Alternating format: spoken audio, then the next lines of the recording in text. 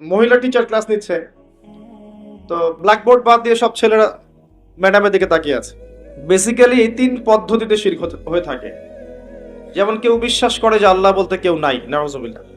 কেউ বিশ্বাস করে যে মহাবিশ্ব আল্লাহ সৃষ্টি করেননি, বিগ ব্যাং থেকেই সৃষ্টি হয়েছে। কেউ বিশ্বাস করে যে আল্লাহ আছেন, আরো অনেক ইলাহ আছে। কেউ বিশ্বাস করে আল্লাহ ছাড়া কেউ রোগ ভালো করতে পারে, কেউ সন্তান দিতে পারে, আল্লাহ ছাড়া কেউ আমাকে পরকালে পার করিয়ে দিবে।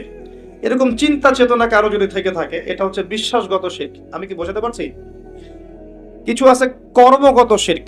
যেমন কেউ আল্লাহ ছাড়া অন্য কাউকে সেজদা করলো, আল্লাহ ছাড়া অন্য কারো নামে কসম করলো, আল্লাহ ছাড়া অন্য কারো কাছে সন্তান চাইলো, আল্লাহ ছাড়া অন্য কারো কাছে দোয়া করলো, আল্লাহ ছাড়া অন্য কারো নামে নজর মানত করলো, আল্লাহ ছাড়া অন্য কারো নামে শপথ করলো এবং কুরবানি করলো। কুরবানি আল্লাহ রাব্বুল আলামিনের হালালকে হারাম করে দিল, আল্লাহর হারামকে হালাল করে নিল। তাকদীর, আল্লাহর তাকদীর, ভাগ্যকে অস্বীকার করলো। এমনকি আল্লাহর দ্বীনের জ্ঞান অর্জন করলো দুনিয়া পাওয়ার আশায়। নামাজ পড়লো মানুষকে দেখানোর জন্যে, যাকাত দিচ্ছে, সাদাকা করছে মানুষের বাহবা পাওয়ার জন্যে।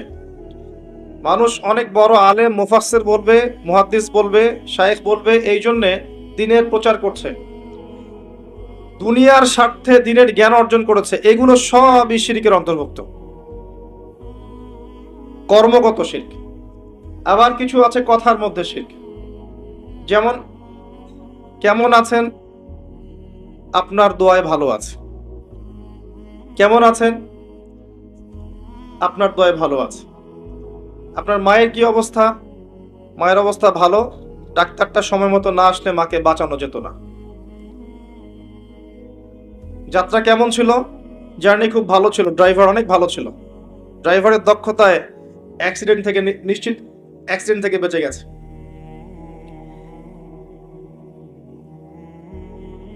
আমি না থাকলে কাজটা হতো না, ভাগ্যিস আপনি ছিলেন, না হলে আমার এই বিপদ থেকে রক্ষা হতো না।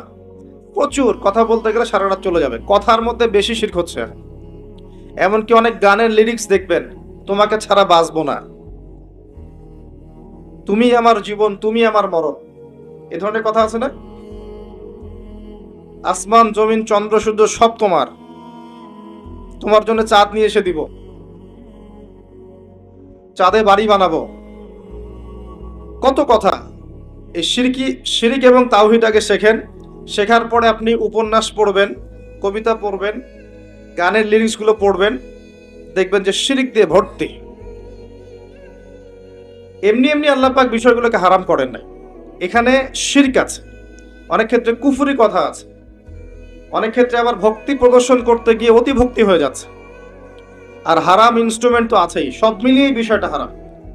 তার উপরে আবার এটা আপনার সময় কিল করবে এবং আপনাকে আল্লাহর জিকির থেকে সরিয়ে রাখবে। যখন আপনি এগুলোর মধ্যে ডুবে যাবেন, ওই মোমেন্টে আপনি আল্লাহকে ডাকতে পারবেন না, ওই সময়টা ওরা খেয়ে ফেললো। সব মিলিয়ে বিষয়টা হারাম। তো এরকম কথায় অনেক শিরক হয়। তো বেসিক কথা হচ্ছে তিন ভাবে শিরক হতে পারে: আপনার কথায়, আপনার কাজে এবং আপনার চিন্তায়। কথা, কাজ এবং চিন্তাকে বিশুদ্ধ করতে পারলে তাওহীদ প্রতিষ্ঠা হবে, এবং তাওহীদের উপর থাকলে পরেই উম্মার কল্যাণ আছে। আল্লাহ পাক আমাদেরকে তাওহীদে থাকার তৌফিক দান করুন। যারা শিরক মুক্ত অবস্থায় কবরে চলে যাবে ইনশাআল্লাহ, তারা উত্তর দিতে পারবে যে রব্বি আল্লাহ, আমার রব হচ্ছেন আল্লাহ। যখন দ্বিতীয় প্রশ্ন করা হবে মা দীনুক, দুনিয়াতে যারা দ্বীন ইসলামকে ঠাট্টার ছলে গ্রহণ করেছে, হাসি তামাশার মতো, ইসলামের কিছু অংশ ভালো লাগে গ্রহণ করেছে, কিছু অংশ ভালো লাগে না গ্রহণ করে নাই, যতটুকু করলে কোনো সমস্যা হয় না করে, যেটা করলে সমস্যা হয় করবে না, ইসলামকে পরিপূর্ণ জীবন ব্যবস্থা রূপে বিশ্বাসই করে না, মনে করে ইসলাম এই যুগে চলে না, ওই যুগে চলতো, ইসলাম সেকেলে ব্যাকডেটেড, এখন আমরা আধুনিকতার সময় আছি ইত্যাদি, ইসলামের সব বিধান এখন আসলে প্রযোজ্য নয়, এগুলো আগে চলতো এখন হয়তো চলে না। যদি ইসলাম সম্পর্কে এমন ধারণা থাকে মানুষের, সে উত্তর দিতে পারবে না যে মা দীনুক, তোমার দিন কি। যারা পরিপূর্ণরূপে ইসলামকে গ্রহণ করেছে মনে মননে, ইসলাম একমাত্র জীবন ব্যবস্থা যেটা আল্লাহর কাছে গ্রহণীয়, এবং এখানে প্রত্যেকটা বিষয়ের সমাধান আছে। হ্যাঁ, আমি হয়তো আমল করতে পারছি না বা বাস্তবায়ন করতে পারছি না, কিন্তু আছে ইসলামের মধ্যে। এই আকীদা ঠিক আছে। আমল আপনি করতে পারবেনও না। এখন যে যুগ চলছে, এই যুগে আপনি পরিপূর্ণ ইসলাম পালন করতে পারবেন না। বড় গলায় বলে আসলে লাভ নাই। বড় গলায় বলে লাভ নাই যে আমরা সবাই পরিপূর্ণ মুসলিম। যদি এটাই সত্য হতো তাহলে আমাদের আজকে অবস্থা হতো না। নাসুল্লাহ ফানাসিয়াহুম, তারা আল্লাহকে ভুলে গেছে, আল্লাহ তাদেরকে ভুলে গেছে। অনেক আয়াত আছে, আমি আস্তে আস্তে ওইদিকে যাব। আজকে আমাদের যে অবস্থা পুরো বৈশ্বিক প্রেক্ষাপটে, এর পিছনে আমরা দায়ী। মূলত আমরা ছাড়া দ্বিতীয় কেউ দায়ী নয়। শত্রু, ইসলামের শত্রু যারা, তারা তো শত্রুতা করবেই। তাদেরকে দোষ দেওয়ার তো দরকার নাই। যে আপনার শত্রু, সে শত্রুতা করবে, সিম্পল। আমরা আমাদের কাজের কারণে যখন ওদেরকে সুযোগ করে দিয়েছি, তখন আমরা সবচেয়ে বড় অপরাধী। আলাইকুম আনফুসাকুম, আল্লাহ পাক বলেছেন, তোমরা নিজেরা নিজের নফসের আগে খবর নাও, নিজের নফসকে ঠিক করো। লা ইয়াদুররুকুম মান দাল্লা, যারা পথভ্রষ্ট হয়ে যাবে, এদের পথভ্রষ্টতা তোমাদের কোনো ক্ষতি করবে না। ইন ইহতাদাইতুম, যদি তোমরা হেদায়েতের উপর থাকো। যদি তোমরা পরিপূর্ণ হেদায়েতের উপর থাকো, তাহলে যারা পথভ্রষ্ট হয়ে যাচ্ছে বা গেছে, এদের পথভ্রষ্টতা তোমাদের কোনো ক্ষতি করবে না। ইলাল্লাহি মারজিউকুম জামিআন, তোমরা সবাই একসময় আল্লাহর কাছে ফিরে যাবে। ফায়ুনাব্বিউকুম বিমা কুনতুম তা'মালুন, আল্লাহ পাক জানিয়ে দিবেন তখন তোমরা কি করেছো। এই আয়াতের মধ্যে সব কারণ এবং ওষুধ দেয়া আছে, সিচুয়েশনের কারণ দেয়া আছে, যে আমরা নিজেদের ফিকির করা বাদ দিয়েছি। সবসময় অন্যের ফিকির করি, অন্যের সংস্কার, অন্যের ইসলাহ, অন্যের দোষ ধরা, অন্যকে উন্নতি, অগ্রগতি, প্রগতি, এগুলো চিন্তা করি, নিজের বেলায় খবর নাই। প্রথম কারণ আমাদের আত্মশুদ্ধি নাই। প্রথম মেজর কারণ আত্মশুদ্ধি নাই। আমি যে বলছি আমারও নাই। বড় গলায় কথা বলা সহজ, বাস্তবতা হচ্ছে এই, আমরা প্রত্যেকেই অপরাধী। বক্তা, শ্রোতা, আলেম, জালেম, যত মানুষ আছে আমাদের এখানে চারপাশে, সবাই পাপী, সবাই অপরাধী, এবং প্রত্যেকেই যার যার দায়িত্ব অবহেলা করেছে। আলাইকুম আনফুসাকুম, তোমরা আগে নিজেদের নফস ঠিক করো। যারা পথভ্রষ্ট হয়ে গেছে, ওদের পথভ্রষ্টতা তোমাদের কোনো ক্ষতি করবে না। আগে নিজে ঠিক হও। আমরা দেখবেন সবসময় মানুষের সংস্কারের চেষ্টা করি, মানুষের ভালো, মানুষের কল্যাণ, মানুষকে পথ দেখাতে চাই, নিজেই পথ পাই না। এটা বাস্তবতা। দেখবেন পৃথিবীতে মুসলিমদের যতগুলো কান্ট্রি আছে, যত সামরিক বাহিনী আছে, যত অস্ত্র আছে, যত সম্পদ আছে, যত জনবল আছে, এটা পৃথিবীর অন্য কোনো জাতির নাই। কোনো জাতির নাই, না ইহুদিদের, না খ্রিস্টানদের, না মুশরিকদের, কারো নাই। মরক্কো থেকে নিয়ে দেখবেন ইন্দোনেশিয়া পর্যন্ত পুরো চেইন, মনে হবে একটা চেইন রাষ্ট্র, সব মুসলিমদের, সবাই মুসলিম। মাঝখানে একটা রাষ্ট্র ইসরায়েল, ওই একটা রাষ্ট্রই সবকে ধুয়ে রেখেছে, ছেড়ে দিয়েছে। এটা কি মেনে নেওয়া যায়? এই বাস্তব। একটা শত্রু 100টা, মানে 100 জন জনবলকে পরাজিত করতে পারে না। পারলো কেমন করে? ওই যে আলাইকুম আনফুসাকুম নাই, নিজেদের নফসের খবর নাই। আমরা সুদ খাই, আমরা সুদ খাই।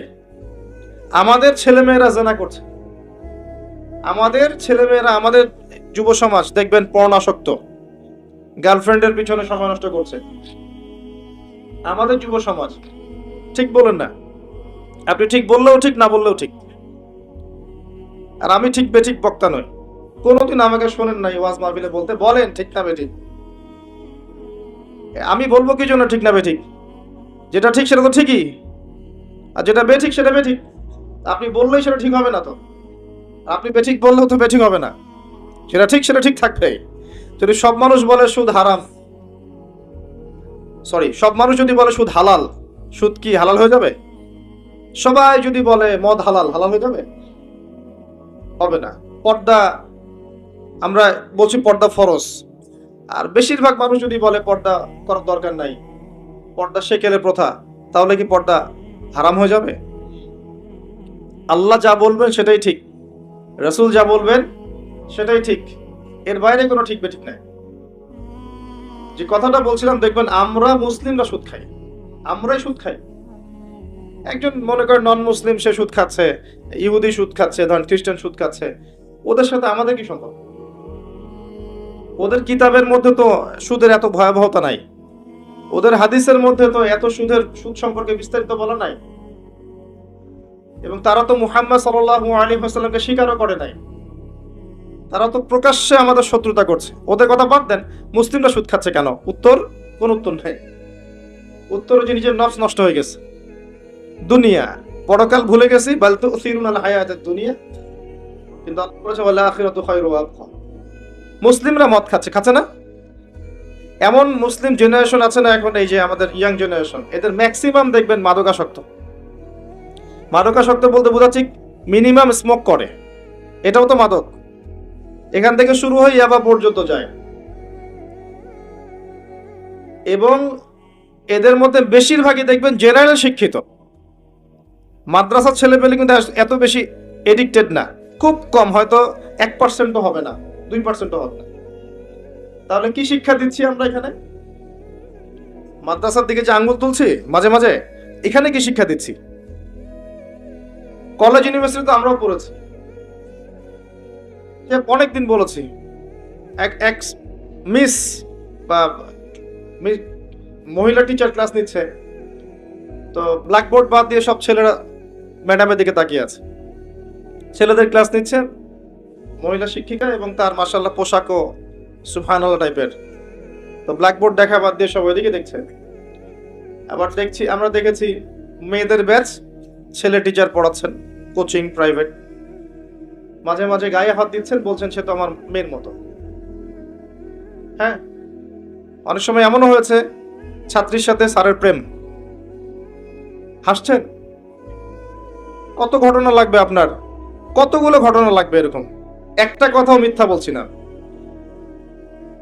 ইউনিভার্সিটিতে আন্দোলন হয়েছে, দেখবেন যে বান্ধবীর কোলে বন্ধু মাথা রেখে আন্দোলন করছে।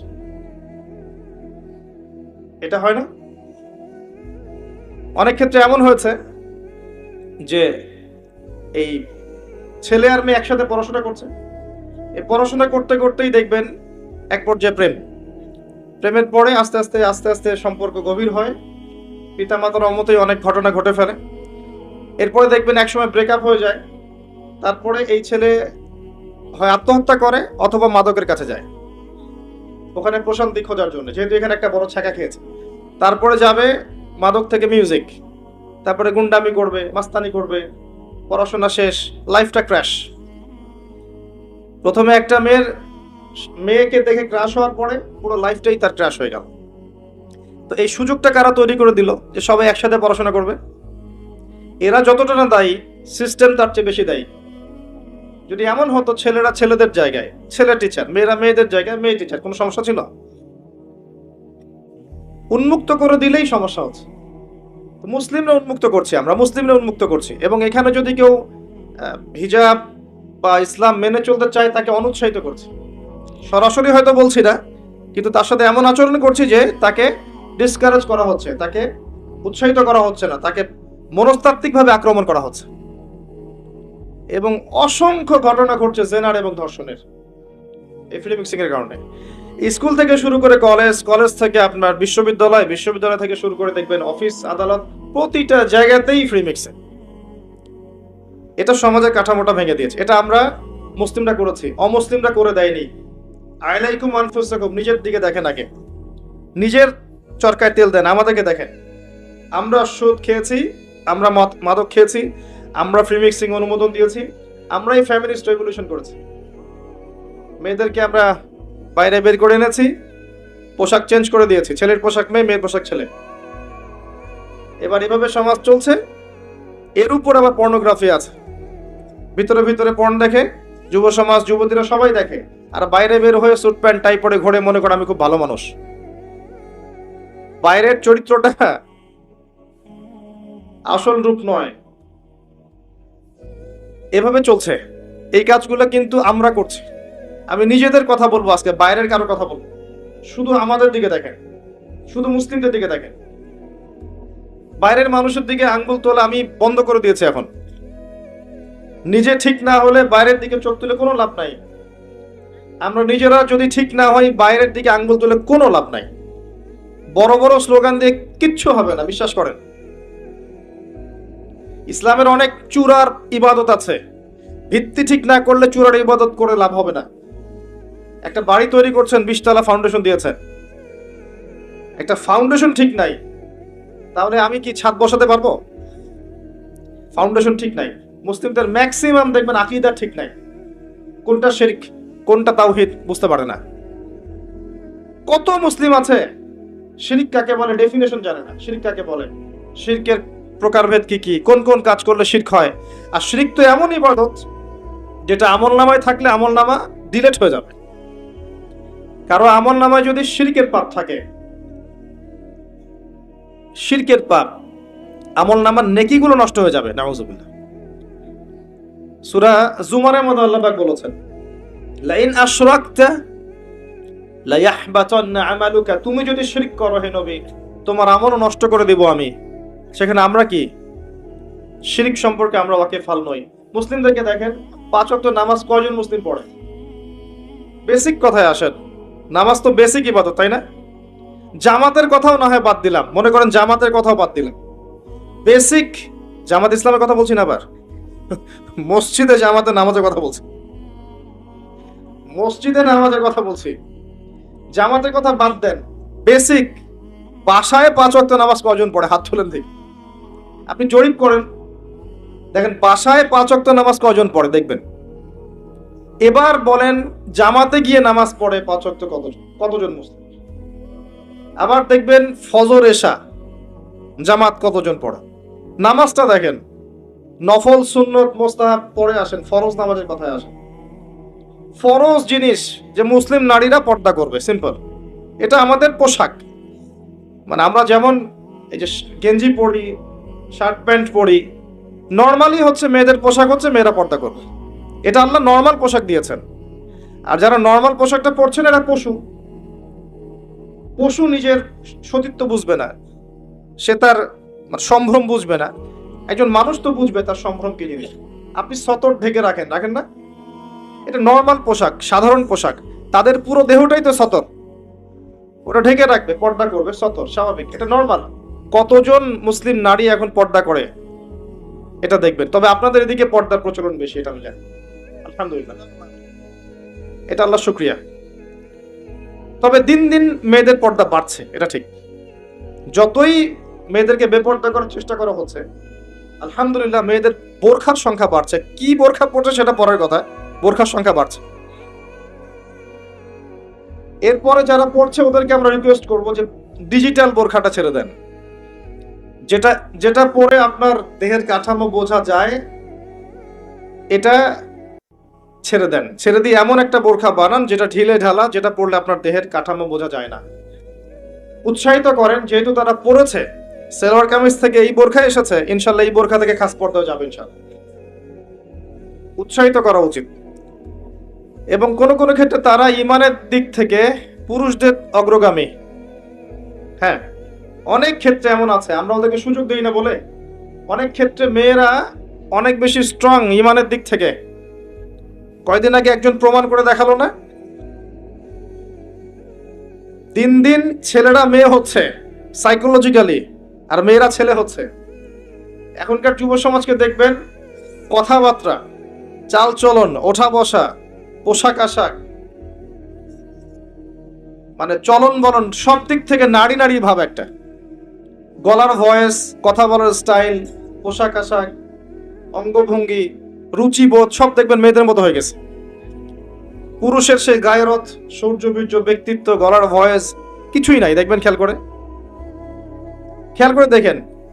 আর মেয়েদেরকে দেখবেন তারা দিন দিন ছেলের মতো শেপ নিচ্ছে। ওদের গলার ভয়েস চেঞ্জ হচ্ছে, অ্যাটিটিউড চেঞ্জ হচ্ছে, বডি ল্যাঙ্গুয়েজ চেঞ্জ হচ্ছে, পোশাক চেঞ্জ হচ্ছে, এবং সমাজে পুরুষদের জায়গায় তারা চলে আসছে। মাশাআল্লাহ, এটা আমাদের জন্য অপমানজনক।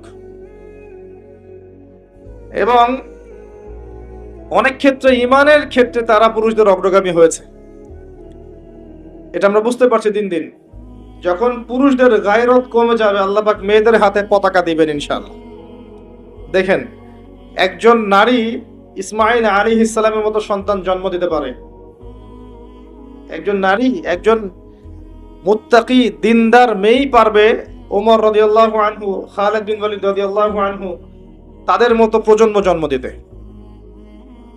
যাই হোক, আমি যে কথাটা বলতে চাচ্ছিলাম যে প্রবলেমস আমাদের মধ্যে আছে। আমরা শিরক করছি, আমরা বেদাত করছি, আমরাই করছি। আমাদের যুব সমাজ সুন্নত চিনে না, তাওহীদ চিনে না। 5 ওয়াক্ত নামাজ পড়া মানুষের সংখ্যা দিন দিন কমেছে। 5 ওয়াক্ত নামাজ জামাতে পড়ার মানুষের সংখ্যা কমেছে। দেখবেন ম্যাক্সিমাম মুসলিম কুরআনুল কারীম রিডিং পড়তে জানে না। আবার যারা জানে তাদের মধ্যে অনেকেই, বেশিরভাগই দেখবেন অর্থ বোঝে না।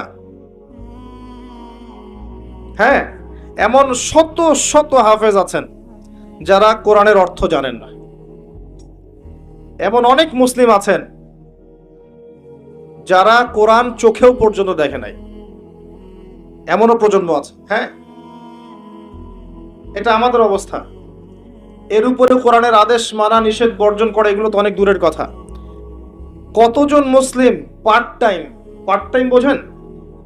আংশিক, ফুল টাইম না, পার্ট টাইম। কতজন মুসলিম পার্ট টাইম ইসলামের দাওয়াত দেয়? বলেন তো, কতজন মুসলিম পার্ট টাইম ইসলামের দাওয়াত দেয়? আপনারা আমাদের অবস্থার দিকে তাকান।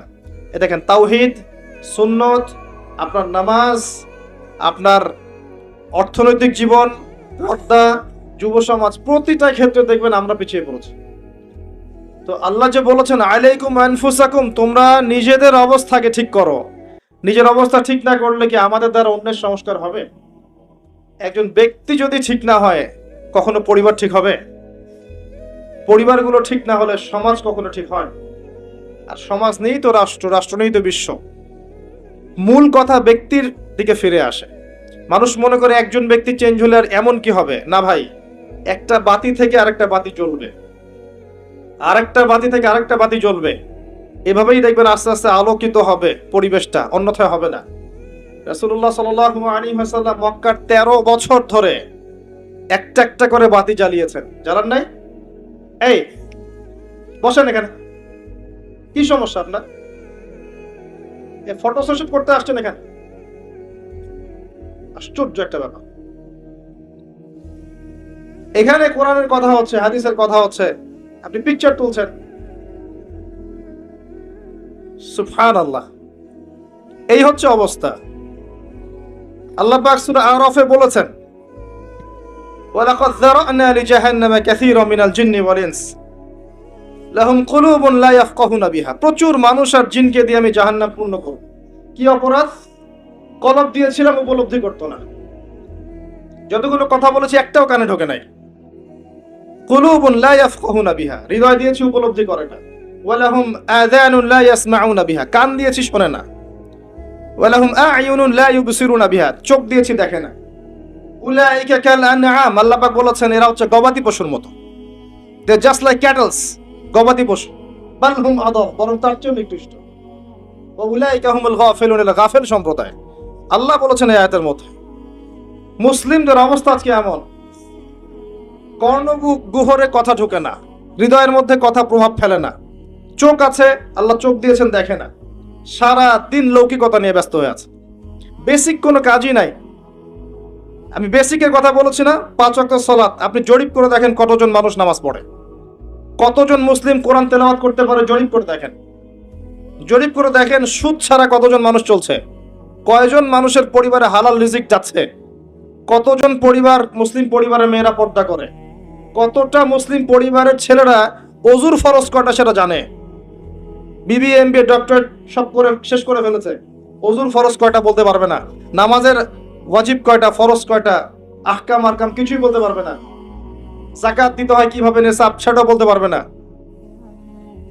এই মুসলিমদেরই অবস্থা। বড় বড় স্বপ্ন দেখছেন, দিন কায়েম, জিহাদ, খেলাফত, কিচ্ছু সম্ভব না এখন মুসলিমদের দ্বারা। এগুলোর কিছু সম্ভব না, এই প্রজন্ম দ্বারা অন্তত পক্ষে সম্ভব না। আল্লাহ পাক এমন প্রজন্ম নিয়ে আসবেন ইনশাআল্লাহ যারা এমন গবাদি পশু হবে না, তাদের হাতে আল্লাহ পাক এই দায়িত্বগুলো দিবেন ইনশাআল্লাহ। আমাদের দ্বারা এগুলো হবে না। আমরা এখন যে হালতে আছি, এই হালতে আমাদের পক্ষে সম্ভব না।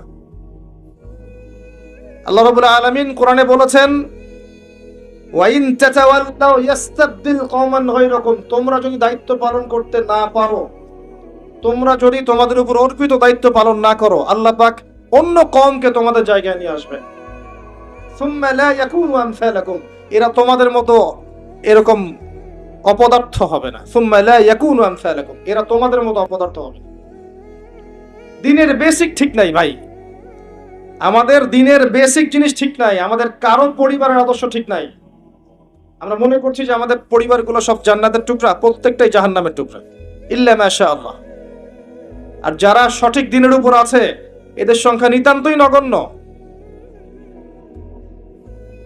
ম্যাক্সিমাম ক্ষেত্রে দেখবেন অর্থনীতির ক্ষেত্রে আমাদের হালাল হারামের বালাই নাই, সুদে ভর্তি, ঘুষে ভর্তি, দুর্নীতিতে ভর্তি, আত্মসাতে ভর্তি। আমাদের ইকোনমিক সিস্টেমও ঠিক নাই। সোশ্যালি আমাদের বন্ধন ভেঙে গেছে, খেয়াল করে দেখবেন। আত্মীয়তার সম্পর্ক নষ্ট হয়ে যাচ্ছে, ভাই ভাইকে হত্যা করছে, বাবা মাকে সম্মান করছে না, ছেলেরা বৃদ্ধাশ্রমে রাখছে, লাইভে এসে আত্মহত্যা করে যায়। কি অবস্থা একটা সমাজের! আত্মীয়তার সম্পর্ক ঠিক নাই, প্রতিবেশীর হক ঠিক নাই, বোনকে সম্পত্তির অধিকার দেয় না, কিছুই ঠিক নাই। বাইরের চোখ দিয়ে দেখলে মনে হয় সব ঠিক আছে, আসলে কিছুই ঠিক নাই। আরো উপরের লেভেলে তো যেতে যাচ্ছি না আমি। যত উপরে যাবেন তত বেশ বড় দুর্নীতি আছে। বেসিক একদম তলা ফাঁকা আমাদের। আর আমরা এখানে আইওয়াশ নিয়ে পড়ে থাকি, শোডাউন নিয়ে পড়ে থাকি, আমরা লৌকিকতা নিয়ে পড়ে থাকি। ইভেন এই চেয়ারগুলোতে আমরা যারা বসছি এরা আরো বড় বিপদে আছে। এই চেয়ারগুলোতে যারা বসছে এরা আরো বড় বিপদে আছে। কারণ এই চেয়ার থেকে অনেক বড় দায়িত্ব আল্লাহ পাক দিয়েছেন, যার বিন্দু মাত্র আমি আদায় করতে পারি, কিছুই করতে পারি না। এই কথাগুলো বলছি অত্যন্ত দুঃখ নিয়ে, ক্ষোভ নিয়ে। এখানকার হক আমরা যাররা পরিমাণ আদায় করতে পারি না। মানুষ এই চেয়ারগুলোর দিকে তাকিয়ে থাকে জ্ঞানের জন্য, পথের জন্য, আমরা দিতে পারি না। দিতে পারবো কি? একজন তো আরেকজনের পিছনে লেগে থাকি, একজন একজনের পিছনে, আরেকজনের পিছনে সারাদিন গীবত আর তহমত আর সমালোচনা, কাদা ছড়াছড়ি করতে করতে উম্মাকে বিভক্ত করে রেখে দিয়েছে। ইল্লা মাশাআল্লাহ, কিছু মানুষ অবশ্যই আছেন যাদেরকে আপনি এত বেশি ফেসবুকে দেখবেন না, ইউটিউবে দেখবেন না। দেখবেন রাতের অন্ধকারে তারা তাহাজ্জুদের নামাজে দাঁড়িয়ে আছে, আল্লাহর কাছে কান্নাকাটি করছে। ওইসব ওলামায়ে কেরামকে দেখতে পারবেন না। তারা আছে বলেই হয়তো এখন পর্যন্ত সব ঠিকই আছে, আল্লাহু আলাম। তারা দোয়া করেন, মাদ্রাসা চালান, ছাত্র তৈরি করেন, আলেম তৈরি করেন, তারা পরবর্তীতে মানুষকে ভালো কিছু দেয়। তারা এত লৌকিকতা প্রদর্শন করে না। পরকালের সেলিব্রিটি আসল সেলিব্রিটি, দুনিয়ার সেলিব্রিটিজমের কোনো দাম নাই। আমাদের কমন সেন্স গুলো দিন দিন নষ্ট হয়ে যাচ্ছে, জানেন? আমাদের কমন সেন্স গুলো কমে যাচ্ছে। দেখবেন আপনার বাড়ির পাশে জোরে গান বাজছে, আপনি গিয়ে বলবেন ভাই একটু কমায় দেন, আরো জোরে বাড়াই দিন। রাস্তা দিয়ে একটা মেয়ে যাচ্ছে, দেখবেন ওড়নাটা গাড়ির সাথে পেঁচিয়ে মেয়েটা পড়ে গেছে, দেখবেন মানুষ হা করে হাসছে। খেয়াল করে দেখবেন, মানুষ হাসবে। কমন সেন্স নাই। একটা মেয়ে বিপদে পড়ছে, ওকে দেখে হাসবে, এরকম হচ্ছে। কমন সেন্স একেবারে কমে গেছে আমাদের। দেখবেন মুসলিমরা ইবাদত করতে গিয়ে আবার দেখবেন এমন কিছুর সেজদা করছে যার নিজেরই পরকালে ঠিক নাই। প্রকৃতি পূজা শুরু করছে মুসলিমরা, এখন জড়বস্তুর পূজা শুরু করছে মুসলিমরা নিজেদের ধর্মের দায়িত্ব এমন কিছু মানুষের হাতে অর্পণ করেছে যে মানুষগুলো ধর্ম বোঝে না। কমন সেন্স নষ্ট হয়ে গেছে। ওয়াজ মাহফিলের সিজনে এসে দেখলাম ওয়াজ মাহফিলের নামে যা হচ্ছে, মানে এগুলোর কিছু কিছু খণ্ডচিত্র যদি বলতাম তাহলে বুঝতেন যে আসলে অবস্থা কেন এরকম। একটা কারণেই বলবো না, কারণ নিজের ঘরের কথা মানুষকে বলতে নেই। এখানে এই চেয়ারগুলোতে যতক্ষণ এমন কিছু মানুষ না বসবেন যাদের কথা এবং কাজে মিল আছে, যাদের অন্তরটা পরিশুদ্ধ পবিত্র, যারা শুধুমাত্র আল্লাহর সন্তুষ্টির জন্য আল্লাহর দ্বীনের খেদমত করতে চান, যতক্ষণ পর্যন্ত এই মানুষগুলো এই চেয়ারগুলোতে না বসবে ততক্ষণ পর্যন্ত এই কথাগুলো মানুষের কলবে তাসির করবে না। প্রচুর কথা শুনেছেন সারা জীবনে, কতগুলো কথা আপনার কলিজায় আঘাত করেছে এটা খেয়াল করুন। এক রাত মাহফিল করলাম, বাসায় গিয়ে চলে গেলাম, ঘুমিয়ে গেলাম, বাকি দিনগুলো নর্মাল স্বাভাবিকভাবে যাচ্ছে, এটাই যদি হয়ে থাকে তাহলে এই মাহফিলের উদ্দেশ্য সফল হবে না। একটা কনস্ট্রাকটিভ বিষয় জানবেন, বুঝবেন, এটা আপনার জীবনে প্রভাব বিস্তার করবে, এটা আপনি আরো 10 জনকে বলবেন, প্রসার করবেন, তখন গিয়ে এটা সার্থকতা লাভ করবে। আমার অভিজ্ঞতায় গাড়ি থেকে নামবো বা একজন নামবে, সেখানে একটা আইওয়াস, সেখানে একটা শোডাউন, নামছি আমি, শোডাউন, চারপাশে 10 জন ক্যামেরা নিয়ে দাঁড়িয়ে থাকবে, মানে কি একটা অবস্থা, মানে মনে হয় জান্নাত থেকে একজন জান্নাতের সার্টিফিকেট প্রাপ্ত মানুষ নেমে আসছে। এত লৌকিকতার কি দরকার আছে? এত ফটো সেশন কেন করতে হবে? হেঁটে হেঁটে আসবে, মানুষের ঠেলায় আসা যাচ্ছে না, কি সে, তাকে নিয়ে এত ব্যস্ত হওয়ার কি আছে? তিনি আসবেন আল্লাহর জন্য বিনয়ের সাথে হেঁটে আপনাকে 2টা কথা শোনাবেন দিনের, সিম্পল। তিনি কি ভোট চাইতে আসছেন? তাহলে দেখবেন তারপরে ওয়াজ করা শেষ, ওয়াজও মাশাআল্লাহ দেখবেন আগা মাথা কিছু নাই, কনস্ট্রাকটিভ কোনো কথা নাই, কেচ্ছা কাহিনী বয়ান, যার কোনো দলিল নাই, যার কোনো ভিত্তি নাই, মাঝে মাঝে একটু রঙ্গ তামাশা করবে, অঙ্গভঙ্গি করবে, একটু গান টান গিয়ে শোনাবে, এখন এগুলো চলছে। আর মানুষ তো ইস্যু পাগল এবং ফ্যান্টাসি পাগল, মজা নিতে পছন্দ করে বাঙালি, এটা থেকে মজা পাবে, যা ওয়াজের টাকা উসুল হয়েছে আমার। তারপরে দেখবেন যদি কিছু কথা বলেও থাকে, এর বিরুদ্ধে 10টা কথা, ওর বিরুদ্ধে 20টা, এর গীবত 10টা, ওর গীবত 20টা, এর মাঝখানে 2-1টা কোরআন হাদিসের আয়াত শুনিয়ে দিল সুর করে, মানুষ মনে করলো মাশাআল্লাহ অনেক সুন্দর ওয়াজ হয়ে গেছে।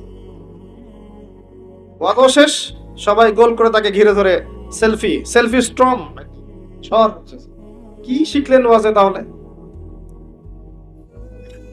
সে হাত নাড়াতে নাড়াতে গাড়িতে উঠে চলে গেল। গাড়িতে উঠে যাওয়ার আগে এবার টাকা নিয়ে কেচাল, অ্যাডভান্স আর কেটে মেলে নাই, ব্যাস ওখানে একটা সিন ক্রিয়েট হচ্ছে। তারপর দেখা যাবে আয়োজক করেছে এমন মানুষ যারা ওদের উদ্দেশ্য সার্থক হয়ে গেছে, মাহফিল শেষ, হুজুরের আর কোনো খবর নাই, সে এবার নিজের টাকায় গাড়ি ঠেলে বাসা নিয়ে যাচ্ছে। বিভিন্ন চিত্র দেখতে হয়েছে আমাকে এই সিজনে। এই গল্প কিছু কথা বললাম, মানে ভিতরটা এত নোংরা হয়ে গেছে আমাদের, এই কারণে বাইরের অবস্থা এমন হচ্ছে।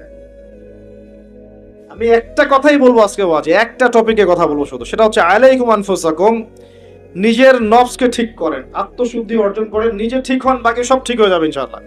আমি এটা আমাকে বলছি আগে, এরপর আপনাদেরকে বলছি। আল্লাহ পাক বক্তা শ্রোতা উভয়কে আমল করার তৌফিক দান করুন। শুধু নিজে চিন্তা করেন, অনেক বড় চিন্তা আপাতত বাদ দেন, জাস্ট নিজেকে নিয়ে ভাবেন, আপনার আত্মাটাকে পরিশুদ্ধ করেন, সব ঠিক হয়ে যাবে ইনশাআল্লাহ। একটা আত্মা যদি পরিশুদ্ধ হয়, তার মানে এই আত্মা দিয়ে আর কোনো দুর্গন্ধ ছড়াবে না। একটা একটা করে আত্মা অপবিত্র হতে হতে সমাজটা দুর্গন্ধময় হয়েছে।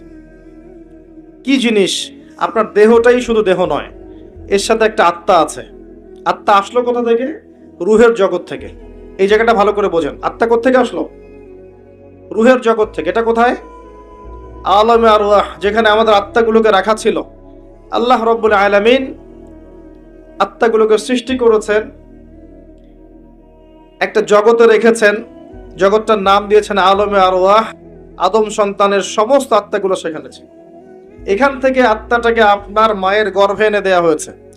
যখন আপনার আমার বয়স ছিল 4 মাস 10 দিন বা এরকম সামথিং লাইক দ্যাট, এরকম, তখন আত্মাটা নিয়ে এসেছেন একজন ফেরেশতা, এনে ফুঁকে দিয়েছেন এবং লিখে দিয়েছেন আপনি বাঁচবেন কতদিন, রিজিক কি হবে, সৌভাগ্যবান হবেন না দুর্ভাগ্যবান হবেন, সব লেখা হয়ে গেছে। এটা আপনার মায়ের গর্ভে থাকা অবস্থায় হয়েছে। সবার ক্ষেত্রে এটা হয়েছে, আমার আপনার সবার ক্ষেত্রেই। তাকদীর নিয়ে এত বিচলিত হওয়ার কিছু নাই, এটা লেখা হয়ে গেছে। এরপরে আপনি যখন ভূমিষ্ঠ হয়েছেন, আস্তে আস্তে আস্তে আস্তে আপনি বড় হয়েছেন। আপনার দেহটা শুধু বড় হয়নি, আপনার ভিতরে একটা আত্মাও ছিল, এরও কিছু চাহিদা এসেছে। চারপাশের অনেক কলুষিত বিষয় দেখে আত্মাটা কলুষিত হয়েছে, আবার অনেক ভালো কাজের মধ্য দিয়ে আত্মাটা আবার উন্নতিও লাভ করেছে। কিন্তু আল্লাহ পাক মূল যে বিষয়টার কথা বলছেন সেটা হচ্ছে কদ আফলাহা মান যাক্কাহা, যে ব্যক্তি এই নফসটাকে, আত্মাটাকে পরিশুদ্ধ করতে পারলো সে ব্যক্তি সফল হয়ে গেল। ওয়াকাদ খাবা মান দাসাহা, যে ব্যক্তি এই নফসটাকে পরিশুদ্ধ করতে পারলো না সে ব্যক্তি ধ্বংস হয়ে গেল। দেহের পরিশুদ্ধতা সবকিছু নয়। দেহের যে ইবাদতগুলো আছে, আমাদের নামাজ, যাকাত দিচ্ছি অর্থনৈতিক ইবাদত, নামাজ পড়ছি ফিজিক্যাল ইবাদত, হজ করছি, উমরা করছি, রোজা রাখছি, এই ইবাদতগুলো পূর্ণতা পাবে না যতক্ষণ পর্যন্ত আত্মা পরিশুদ্ধ হচ্ছে না। কথা কি বোঝা যায়? আত্মার মধ্যে যদি রিয়া থাকে, অহংকার থাকে, কুফর থাকে, শিরক থাকে, মোহ থাকে, দুনিয়ার ভোগ বিলাসের মত্ততার মোহ থাকে, আপনি এই আত্মা দিয়ে আপনি ইবাদত করতে পারবেন না। ইবাদত আপনার আপ টু দ্য মার্ক হবে না। আত্মার মধ্যে কিছু বিষয় আছে যেগুলো আপনার ইবাদতকে অনেক বাড়িয়ে দিবে, যেমন ঈমান কোথাকার বিষয়? দেহের না আত্মার? তাকওয়া কিসের বিষয়? দেহের না আত্মার?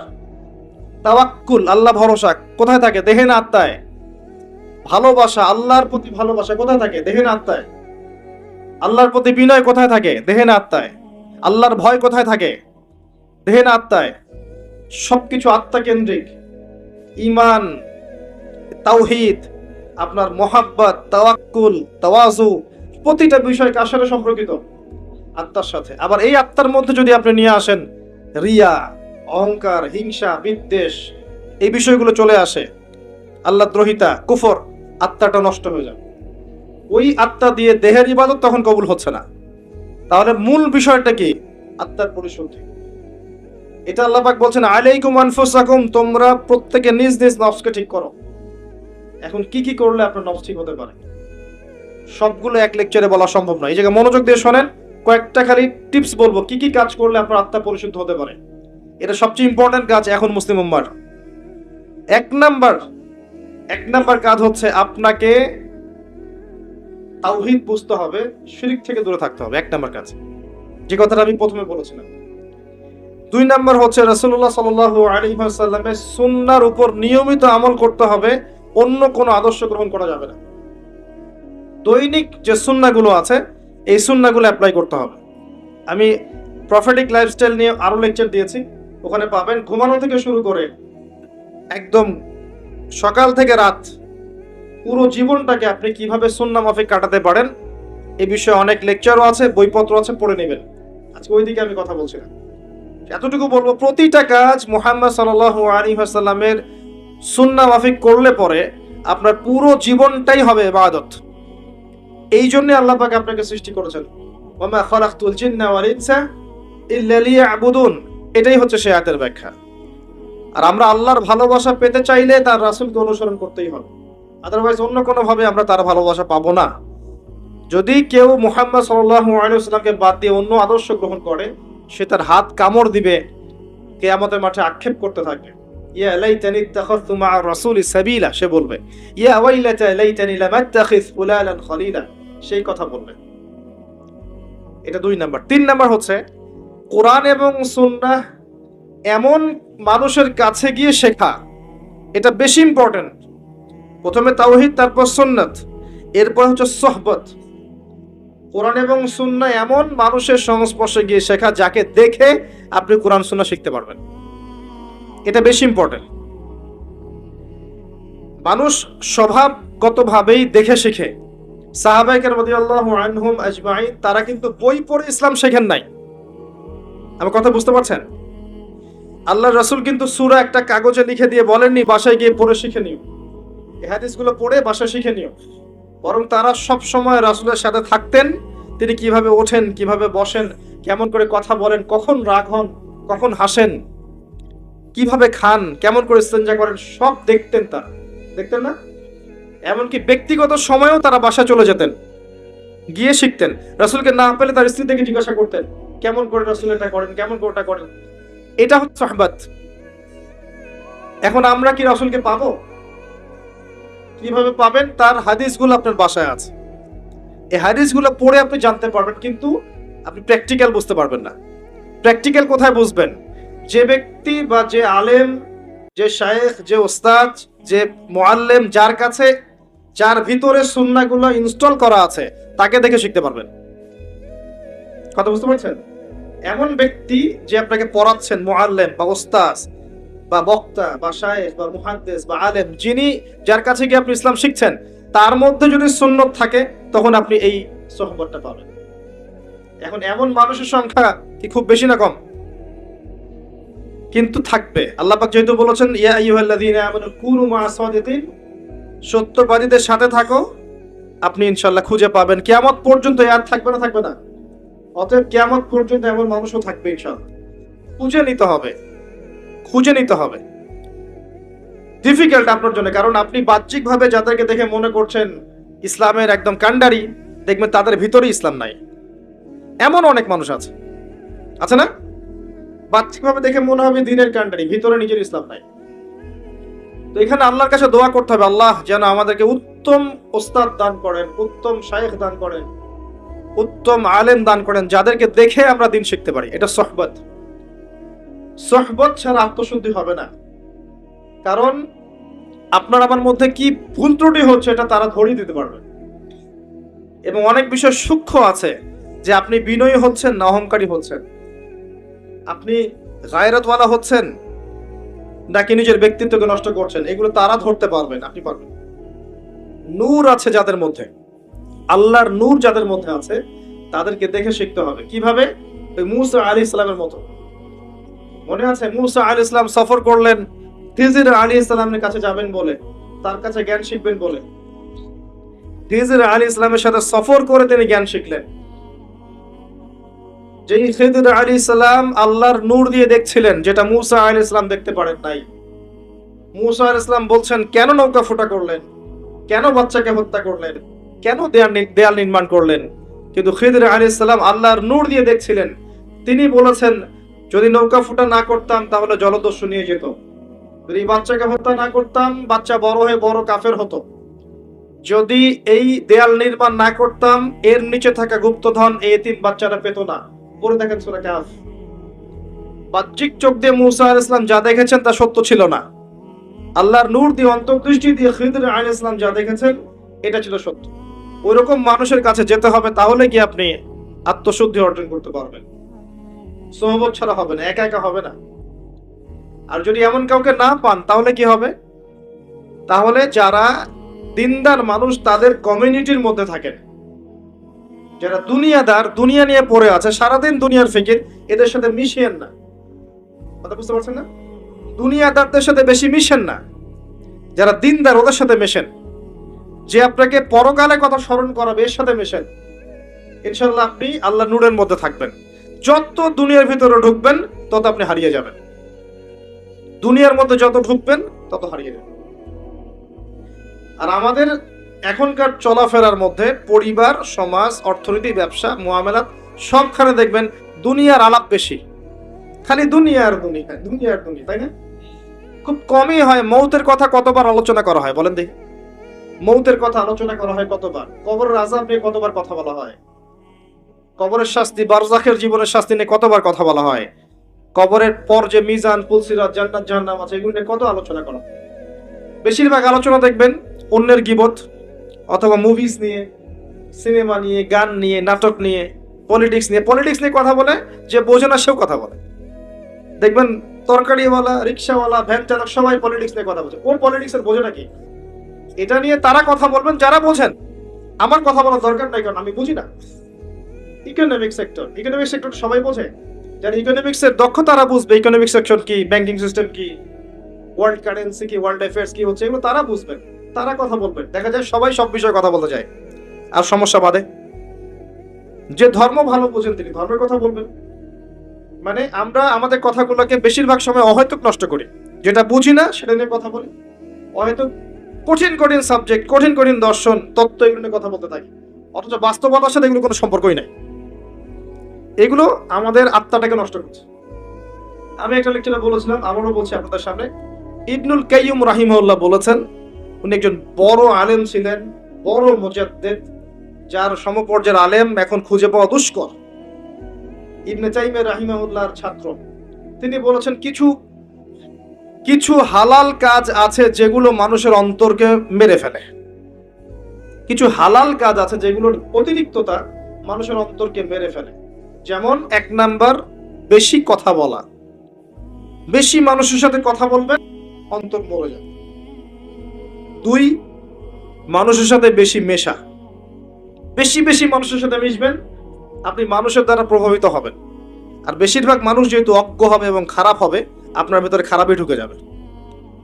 3 নাম্বার, বেশি খাওয়া। যারা বেশি খায় এদের কলব মরে যায়। আর মাশাআল্লাহ এখন দেখা যায় এরকম চেয়ারে বসে এমন অনেকেই কথা বলি যারা ভুঁড়ির ভারে হাঁটতে পারে না। কথা কি বুঝতে পারছেন? এই চেয়ারে বসা মানুষের তো ভুঁড়ি থাকার কথা না। এটা তো সুন্নত নয়। আমার তো দেহের মধ্যে আমি সুন্নত অ্যাপ্লাই করতে পারি নাই, আমি মানুষকে সুন্নত শেখাবো কি? খাওয়ার সময় গোগ্রাসে খেয়েছি, আমি সুন্নত নষ্ট করেছি, ফিজিক্যাল স্ট্রাকচার নষ্ট হয়ে গেছে। এখানে বসে সুন্নতের বয়ান করছি বিশাল ভুঁড়ি নিয়ে। সুবহানাল্লাহ। এই হচ্ছে বাস্তবতা। তারপর তিনি বলেছেন বেশি ঘুম অন্তর মেরে ফেলবে। আরেকটা কথা বলেছেন বেশি স্ত্রী সহবাস। উনি বলেছেন স্ত্রী হালাল, কিন্তু বেশি করতে গেলে অন্তর মরে যাবে। এই কাজগুলো বেশি বেশি করলে কলব মরে যায়। সেক্ষেত্রে আমাদেরকে দেখেন আমরা এগুলোতে বেশি ব্যস্ত আছি। আত্মশুদ্ধি অর্জন হবে আপনার আল্লাহওয়ালা মানুষের সোহবতে থাকে। আল্লাহওয়ালা মানুষ ছাড়া অন্য কারোর সোহবতে গেলে আপনি দুনিয়াতে ডুবে যাবেন, কারণ তারা পরকাল কেন্দ্রিক কথাবার্তা বলবেন, আপনাকে আল্লাহর দিকে নিয়ে যাবে না।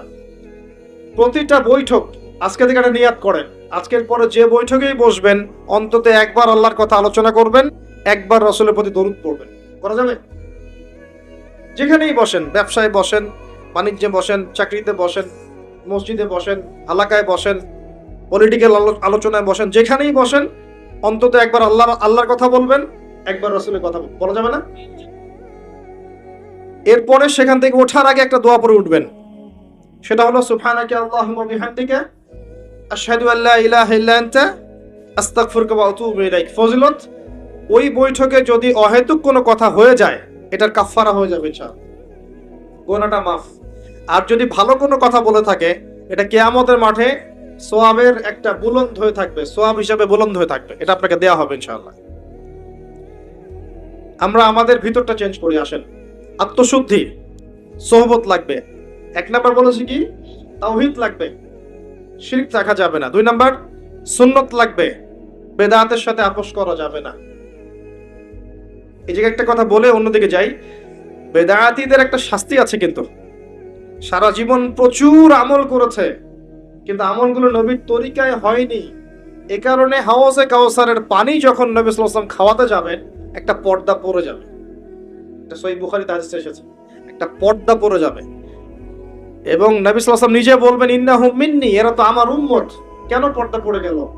আল্লাহ পাক জানিয়ে দিবেন ইন্নাকা লা তাদরি মা আহদাসা বা'দাক, আপনি জানেন না আপনার মৃত্যুর পর তারা আপনার দিনকে কিভাবে পরিবর্তন করেছিল, মানে আপনার সুন্নতে কত বেদাত ঢুকিয়েছিল আপনি জানেন না।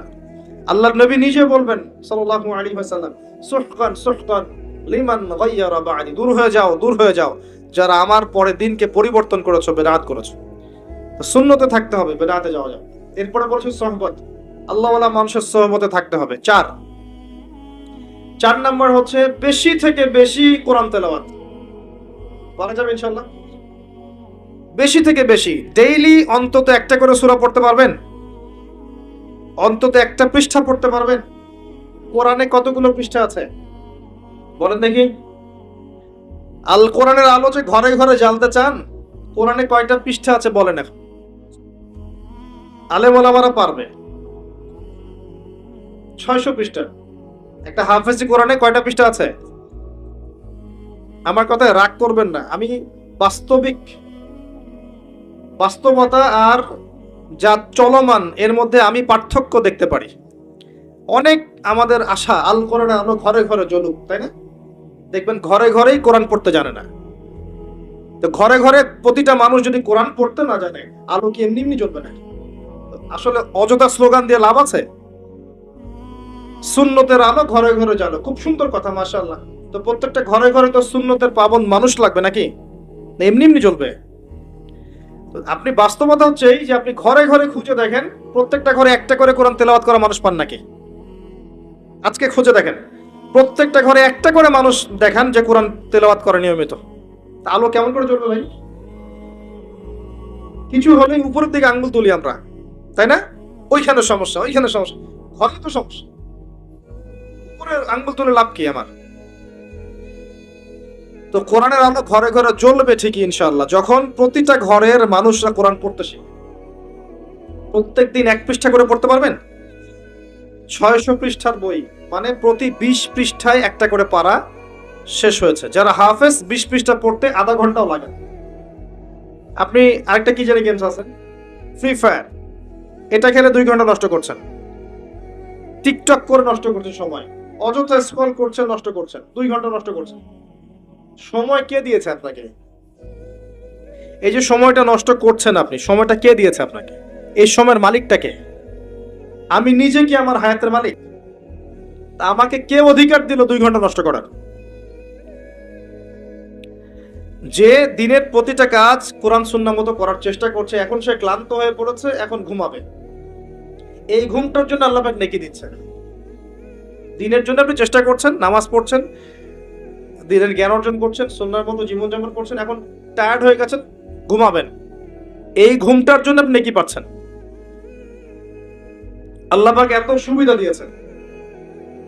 ক্লান্ত হয়ে গেছেন, ক্ষুধার্ত, আপনি খাবেন, এই যে খাচ্ছেন, খাওয়ার জন্য নেকি পাচ্ছেন। আর কি চাই আমরা আসলে? প্রবৃত্তির তাড়না আছে, একটা প্রবৃত্তির তাড়না আছে, স্ত্রীর কাছে যেতে হবে, গিয়েছেন, আপনি আপনার প্রবৃত্তির তাড়না মিটিয়েছেন, আপনি নেকি পাচ্ছেন। আর কি চাই আমরা মানুষ হিসাবে? তো এই সময়টাকে আল্লাহ পাক আমাকে এমনি এমনি দিয়েছেন, এই সময়ের মালিককে আমি নিজেই। 2 ঘন্টা কেন নষ্ট করব এগুলো করে, যেগুলো কোনো ফায়দা নাই? এমন কাজে যদি নষ্ট করতেন যেটাতে দিনের ফায়দা আছে, উপকার হতো, সেটা তো হচ্ছে না। 2 ঘন্টা সময় দেয়া যাবে কোরআনকে ইনশাআল্লাহ? আচ্ছা, 1 ঘন্টা দিতে পারবেন? আল্লাহ পাক তৌফিক দান করুন।